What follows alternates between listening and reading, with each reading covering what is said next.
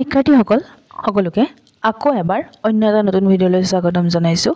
আজি আমি আলোচনা কৰিম তোমালোকৰ ৮ মাৰ্চত হ'ব লগা তোমালোকৰ ঐচ্ছিক অসমীয়া বিষয়ৰ পৰীক্ষাৰ কিছুমান ইম্পৰ্টেণ্ট প্ৰশ্নৰ উত্তৰ আৰু সেই প্ৰশ্ন উত্তৰসমূহ দীঘলীয়া প্ৰশ্নৰ উত্তৰ হ'ব। গতিকে তোমালোকে ভিডিঅ'টো শেষলৈকে চাবা আৰু চেনেলটোত যদি প্ৰথমবাৰৰ বাবে আহিছা তেনেহ'লে চেনেলটো ছাবস্ক্ৰাইব কৰিবা, লগতে ভিডিঅ'টোত এটা লাইক কৰিবা আৰু কমেণ্ট কৰি জনাবা তোমালোকৰ বাবে কেনেধৰণৰ ভিডিঅ' লৈ আহিব লাগে। আৰু এতিয়া পলম নকৰি ভিডিঅ'টো আৰম্ভ কৰোঁ ব'লা। তোমালোকৰ আহিব পাৰে যে কবি পৰিচয় সহ মানৱ বন্দনা কবিতাটিৰ সাৰাংশ লিখা, নতুবা আহিব পাৰে মানৱ বন্দনা কবিতাটিৰ অন্তৰ্নিহিত সাৰমৰ্মৰ আভাস দিয়া। মানে যেনেকৈ তোমালোকৰ কুৱেশ্যনটো নাহক, মানৱ বন্দনা কবিতাটিৰ সাৰাংশৰ ওপৰত তোমালোকে উত্তৰটো কৰিব লাগিব, হয়নে? গতিকে তোমালোকে এইখিনি চাই লোৱা, ধুনীয়াকৈ স্ক্ৰীনশ্বট লৈ লোৱা, এইখিনি ধুনীয়াকৈ লিখি দিবা, তোমালোকৰ শুদ্ধ হৈ যাব। স্ক্ৰীনশ্বট লোৱা আৰু এতিয়া পঢ়া। পিছৰটো চোৱা। কাঞ্চনজংঘাৰ বুৰঞ্জী কবিতাটিৰ প্ৰথম অংশত মহাদেৱৰ গুণ আৰু কাৰ্য কেনেকৈ কাঞ্চনজংঘাত আৰোপ কৰা হৈছে তোমাৰ ভাষাৰে লিখা। নিজৰ ভাষাৰে যেতিয়া লিখিবলৈ দিয়া হয় তো তুমি কি বুজি পাইছা সেই কথাখিনি লিখিব লাগে। গতিকে ইয়াতে এইখিনি লিখি দিয়া হৈছে, স্ক্ৰীনশ্বট লৈ লোৱা আৰু নিজৰ মতেও বনাই পেলাই লিখিবা। তাৰপিছতে শংকৰদেৱ আৰু মাধৱদেৱৰ জীৱন দৰ্শনত কেনেধৰণৰ পাৰ্থক্য থকা বুলি লেখকে উল্লেখ কৰিছে আলোচনা কৰা। কেনেধৰণে লেখকে উল্লেখ কৰা ধৰণে দিয়া হৈছে, ধুনীয়াকৈ চাই লোৱা, স্ক্ৰীনশ্বট লৈ লোৱা, পঢ়ি ল'বা। তাৰপিছত বিহুক ধৰ্মীয় অনুষ্ঠান বুলি কোৱাৰ যুক্তিযুক্ততা বহাগ বিহু পৰম্পৰাৰ পাঠৰ আধাৰত প্ৰতিপন্ন কৰা। ধুনীয়াকৈ দিয়া হৈছে, স্ক্ৰীনশ্বট লোৱা আৰু পঢ়ি ল'বা। আমি পিছৰটো প্ৰশ্ন চাওঁ। নদীকেন্দ্ৰিক উপন্যাস হিচাপে কপিলীপৰীয়া সাধুৰ মূল বৈশিষ্ট্যসমূহ উল্লেখ কৰি কপিলী নদীখনে কাহিনীৰ অগ্ৰগতিত কেনে ভূমিকা গ্ৰহণ কৰিছে তোমাৰ ভাষাত চমুকৈ লিখা। তোমাৰ ভাষাত চমুকৈ লিখিবা এইটো। আৰু এই যোনবোৰ প্ৰশ্নৰ মই উত্তৰ দিয়া নাই সেইবোৰো তোমালোকে ধুনীয়াকৈ উত্তৰসমূহ চাই যাবা, কাৰণ তোমালোকে যদি নোটছ বনাইছাই চাগে ইতিমধ্যে, সেইখিনিও তোমালোকে ধুনীয়াকৈ চাই যাবা, ঠিক আছে? মই ইয়াত নিদিলোঁ বুলি উত্তৰটো চাই নোযোৱাকৈ নাথাকিবা। কপিলীপৰীয়া সাধু উপন্যাসত স্বাধীনতা আন্দোলনৰ প্ৰভাৱ কেনেদৰে চিত্ৰিত হৈছে আলোচনা কৰা। এই যোনসমূহ প্ৰশ্ন যে ইয়াত দিয়া হৈছে, উত্তৰ দিয়া হোৱা নাই, সেইসমূহ প্ৰশ্নৰ উত্তৰসমূহ তোমালোকে এই যোনবিলাক ইয়াতে প্ৰশ্নৰ উত্তৰসমূহ আছে সেয়া পঢ়িলে তাতেই পাবা, ঠিকে আছে? সেইকাৰণে দিয়া হোৱা নাই। আমাৰ ছাৰ গল্পত ছাৰৰ চৰিত্ৰটি কেনেদৰে বৰ্ণিত হৈছে নিজৰ ভাষাৰে চমুকৈ লিখা। অথবা আহিব পাৰে আমাৰ ছাৰৰ প্ৰকৃত নাম কি, তেওঁৰ চৰিত্ৰ বিশ্লেষণ কৰি দেখুওৱা। ধুনীয়াকৈ দিয়া হৈছে ইয়াত চোৱা, গোটেইখিনি স্ক্ৰীনশ্বট লৈ লোৱা ধুনীয়াকৈ। তাৰপিছত চোৱা, তোমালোকৰ আহিব পাৰে পৰীক্ষাত বাপধনক কেন্দ্ৰ কৰি বাপেক পুতেকৰ মাজত কেনেধৰণৰ কাজিয়া সূত্ৰপাত হৈছিল লিখা। ধুনীয়াকৈ দিয়া হৈছে চোৱা। তাৰপিছত সেইখিনি পঢ়ি ল'বা, এবাৰ পঢ়ি ল'লে লিখিব পাৰিবা। উপন্যাস আৰু চুটিগল্পৰ মাজত পৰিলক্ষিত মিল অমিলসমূহ দেখুৱাই এটি টোকা প্ৰস্তুত কৰিব দিছে। মানে সাদৃশ্যও লিখিব দিছে আৰু বৈসাদৃশ্যও লিখিব দিছে, ঠিক আছে? গতিকে ইয়াত সাদৃশ্যও লিখা হৈছে, বৈসাদৃশ্যও লিখা হৈছে। তোমালোকে স্ক্ৰীনশ্বট লৈ লোৱা, পঢ়ি ল'বা। আবাহন যুগৰ যিকোনো এগৰাকী গল্পকাৰৰ পৰিচয় সহ তেওঁৰ গল্পৰ বিশেষত্বৰ বিষয়ে এটি নাতিদীৰ্ঘ আলোচনা কৰিব দিছে। আমি লক্ষ্মীধৰ শৰ্মাৰ বিষয়ে কৰিছোঁ, ধুনীয়াকৈ চাই লোৱা, বা তোমালোকে বেলেগৰ বিষয়েও কৰিব পাৰা। স্ক্ৰীনশ্বট লৈ লোৱা। পিছৰটো চোৱা। জোনাকী যুগৰ 4গৰাকী ঔপন্যাসিকৰ নাম লিখা। এইটো মোক তোমালোকে কমেণ্ট বক্সত জনাবা। এই যুগৰ অসমীয়া উপন্যাসৰ মূল বৈশিষ্ট্যসমূহ কি কি, তোমালোকে নিশ্চয় এইটো জানা। তাৰপিছতো লক্ষ্মীনাথ বেজবৰুৱাদেৱৰ উপন্যাসৰ সম্পৰ্কে এটি টোকা যুগুত কৰিবলৈ দিয়া হৈছে, কৰা হৈছে পিছৰ প্ৰশ্নত। গতিকে এইটোত কৰা হোৱা নাই, সেই উত্তৰটো লিখিলে ইয়াতে হৈ যাব। তাৰপৰা 1880ৰ পৰা 1940 এই সময়ছোৱাৰ যিকোনো এগৰাকী গল্পকাৰৰ বিষয়ে এটি নাতিদীৰ্ঘ টোকা যুগুত কৰা। প্ৰশ্নত আহিছে যে, সেইকাৰণে প্ৰশ্নত যেনেকৈ আহিছে তেনেকৈ দিয়া হৈছে। আমি কুৱেশ্যনসমূহ সদায় তোমালোকৰ PYQৰ ওপৰত ভিত্তি কৰি পেলাই বনাওঁ যিহেতু, গতিকে তাত কুৱেশ্যন যেনেকৈ আহে আমি তেনেকৈ দিবলৈ চেষ্টা কৰোঁ। ইয়াতে আমি লক্ষ্মীনাথ বেজবৰুৱাৰ ওপৰত লিখিছোঁ, গতিকে তোমালোকে চোৱা, স্ক্ৰীনশ্বট লৈ লোৱা। তাৰপিছত চোৱা, মিৰি জীয়ৰী সোৱণশিৰি বালিৰ পৰা বুটলি অনা এচপৰা কেঁচা সোণ। এই উক্তিৰ আধাৰত ৰজনীকান্ত বৰদলৈৰ মিৰি জীয়ৰী উপন্যাসখনৰ বিষয়ে এটি পৰিচয়মূলক আলোচনা কৰা। সেইটো নিশ্চয় পাৰিবা তোমালোকে। পিছৰটো চোৱা, হাতী গল্পত মূল্যবোধৰ অৱক্ষয় কেনেদৰে চিত্ৰিত হৈছে তাৰ এটি আভাস দাঙি ধৰা। ধুনীয়াকৈ দিয়া হৈছে, স্ক্ৰীনশ্বট লৈ লোৱা, পঢ়ি ল'বা। এবাৰ পঢ়িলে হ'ল, আৰু যিমানখিনি লিখিব পাৰা সিমানখিনি নিজৰ কাৰণেই ভাল, ঠিক আছে? আৰু পাৰিলে তোমালোকে ক'লা আৰু নীলা দুইটা পেন ব্যৱহাৰ কৰিবা, বুজি পাইছানে? পইণ্টবোৰ যেতিয়া লিখিবা ক'লা পেন দি লিখিবা, আৰু যেতিয়া তোমালোকে ব্যাখ্যা কৰি দিবা, এক্সপ্লেইন কৰি দিবা, সেইখিনি নীলা পেন দি কৰি দিবা। তাৰপিছত বুৰঞ্জী দৌৰাত্ম্য পাঠটোৰ মাজেৰে বেজবৰুৱা ব্যংগাত্মক ভাৱধাৰা কেনেদৰে প্ৰকাশ পাইছে লিখা।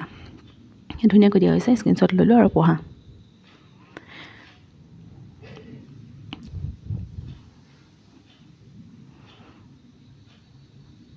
নৱকান্ত বৰুৱাৰ কপিলীপৰীয়া সাধু উপন্যাসত ভাৰতৰ স্বাধীনতা আন্দোলন আৰু মহাত্মা গান্ধীৰ প্ৰসংগত কেনেদৰে উত্থাপিত হৈছে আলোচনা কৰা।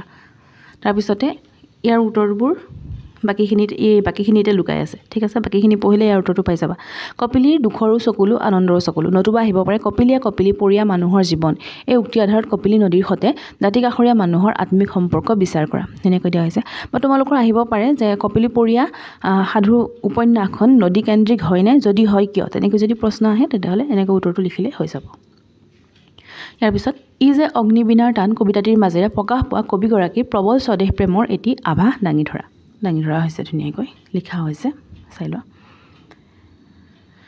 ঋতু পৰিৱৰ্তনৰ স্বাভাৱিক বৰ্ণনাৰ মাজেৰে কবিয়ে বৰ্ষা বৰ্ণন কবিতাটিত ভক্তি ধৰ্মৰ তাত্ত্বিক কথা কিদৰে ব্যাখ্যা কৰিছে তোমাৰ ভাষাৰে লিখা যেতিয়া নিজৰ ভাষাৰে লিখিবলৈ দিয়া হয় তোমালোকে কি বুজি পাইছা সেইটো বিষয়ে লিখি দিলেই হৈ যাব ঠিক আছে তাৰপিছত বৰ্ষা বৰ্ণন কবিতাটিৰ আধাৰত বৃষ্টি জল পালে প্ৰকৃতিৰ ৰূপ কেনে হয় লিখা স্ক্ৰীনশ্বট লৈ লোৱা আৰু পঢ়া কাইলৈ থাকি পৰহিলে পৰীক্ষা হ'লে বুৰঞ্জী দৌৰাত্ম্য পাঠটোৰ আধাৰত অসমীয়া বুৰঞ্জী সাহিত্যৰ বিষয়ে চমুকৈ লিখা তাৰপিছত আমাৰ ছাৰ কোন জানাই তোমালোকে আমাৰ ছাৰ কোন খঙাল হ'লেও তেওঁ সাৰ্বজনীন ছাৰ হৈ উঠাৰ কাৰণসমূহ কি গল্পৰ আধাৰত লিখা এইটো লিখিব পাৰিবা তাৰপৰা প্ৰজন্মৰ ব্যৱধানে মূল্যবোধৰ অৱক্ষয় কেনেধৰণৰ অৰিহণা যোগাইছিল হাতী গল্পৰ আধাৰত বিশ্লেষণ কৰা এইটো কুৱেশ্যন ইম্পৰ্টেণ্ট হয় ভালদৰে পঢ়ি যাবা দেই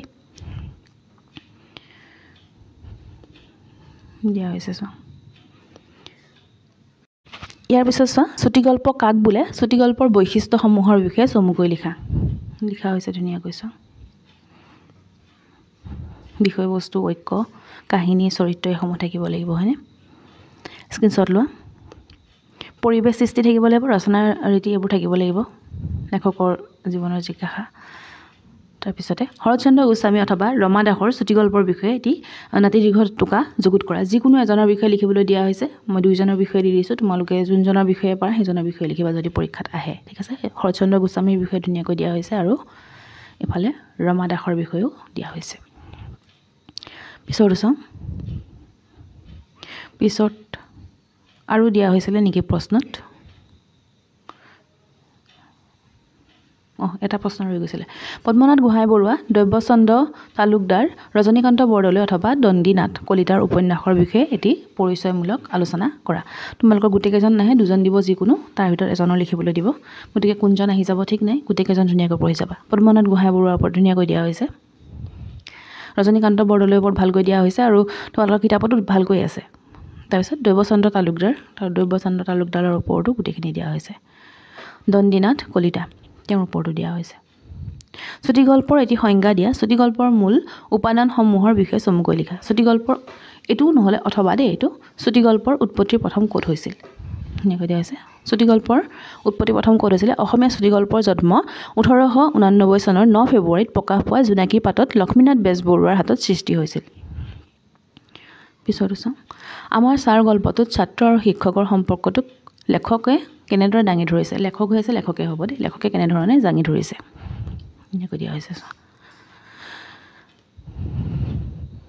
ইয়াৰ পিছত আমাৰ ছাৰ গল্পটিৰ আধাৰত পদ্মেশ্বৰৰ চাৰিত্ৰিক গুণাৱলীৰ বিষয়ে চমুকৈ লিখা ইয়াৰ আগত যে যোনটো দিয়া হৈছিলে তেওঁৰ বিশ্লেষণ কৰিবলৈ তাতেই গোটেইখিনি দিয়া হৈছিলে সেইটোৰ পৰা লিখিলে হ'ল বেথাৰাম পণ্ডিতৰ আচল ঘৰ ক'ত আছিল তেওঁৰ বিষয়ে চমুকৈ লিখা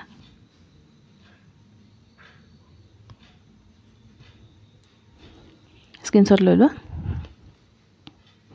তাৰপিছত কপিলীয়ে এদিন আমাক চিনাকি কৰিছে আকৌ কপিলীয়ে এদিন আমাক আঁতৰাই লৈ যাব কোনে কি প্ৰসংগত কথাষাৰ কৈছিল লিখিবা এইটো নিজে সোণপাহি চৰিত্ৰটিৰ বিষয়ে চমুকৈ লিখা দিয়া হৈছে স্ক্ৰীনশ্বট লৈ লোৱা তাৰপিছত নদীকেন্দ্ৰিক উপন্যাস হিচাপে নৱকান্ত বৰুৱাৰ কপিলীপৰুৱা সাধুৰ এটি বিশ্লেষণ আগবঢ়াম মই অলপ আগতে কৈছিলোঁ এইটো প্ৰশ্ন তাৰপিছত অন্বেষণ কবিতাৰ মূল ভাৱটো লিখিবলৈ দিয়া হৈছে ধুনীয়াকৈ দিয়া হৈছে স্ক্ৰীনশ্বট লৈ লোৱা মইতো অকল প্ৰশ্নখিনি লৈ আহিম বুলি ভাবিছিলোঁ কিন্তু বহুতে কৈ আছে যে প্ৰশ্নৰ লগত উত্তৰো লাগে সেইকাৰণে উত্তৰখিনিও মই লৈ আহিছোঁ যিমানখিনি পাৰিছোঁ তোমালোকে পঢ়ি ল'বা উত্তৰখিনি কৈ গ'লে এইটো ভিডিঅ' 1 ঘণ্টা 1.5 ঘণ্টা হৈ যাবগৈ ইমান দীঘলীয়া ভিডিঅ' বনাব নোৱাৰি ঠিক আছে তাৰপিছত বৰ্ষা বৰ্ণন পাঠটি ক'ৰ পৰা আহৰণ কৰা হৈছে বৰ্ষা ঋতুৰ সৌন্দৰ্যই কৃষ্ণৰ লগতে গোপীসকলক কেনেদৰে বিমোহিত কৰিছিল পাঠটিৰ আধাৰত লিখিব দিয়া হৈছে আৰু লিখাও হৈছে ধুনীয়াকৈ তাৰপৰা অসমত বিহু সংক্ৰান্তিৰ কালত পালন কৰা বিহু অনুষ্ঠানৰ সমপৰ্যায়ৰ অনুষ্ঠান ভাৰতৰ আন ঠাইত দেখা যায়নে আলোচনা কৰা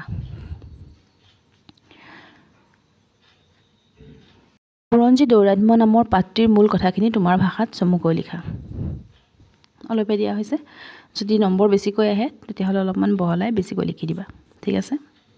পিছৰটো চোৱা, পুৰাণ সেকুলাৰ পাৰ্পাছ অৰ্থাৎ পাৰ্থিৱ সম্পৰ্কে মুখ্য উদ্দেশ্য কৰি লিখিত নহয়, কথাষাৰ তাৎপৰ্য ব্যাখ্যা কৰা। বৰ্ষা বৰ্ণন কবিতাটো বৰ্ষাকালৰ চিত্ৰ কিদৰে প্ৰকাশ পাইছে আলোচনা কৰাটো আগতে কৰা হৈছে মেবি। পিছৰটো চাওঁ, ৰূপাই কোন, তেওঁৰ বিষয়ে চমুকৈ লিখা। আহিব পাৰে দেই। কেনেকুৱা লাগে পঢ়ি পেলাই তোমালোকৰ কপিলীপৰীয়া সাধুখন? পঢ়িছানে নাই? নে পৰীক্ষাৰ আগত কুৱেশ্যনখিনি চাই যাম বুলি ভাবিছা?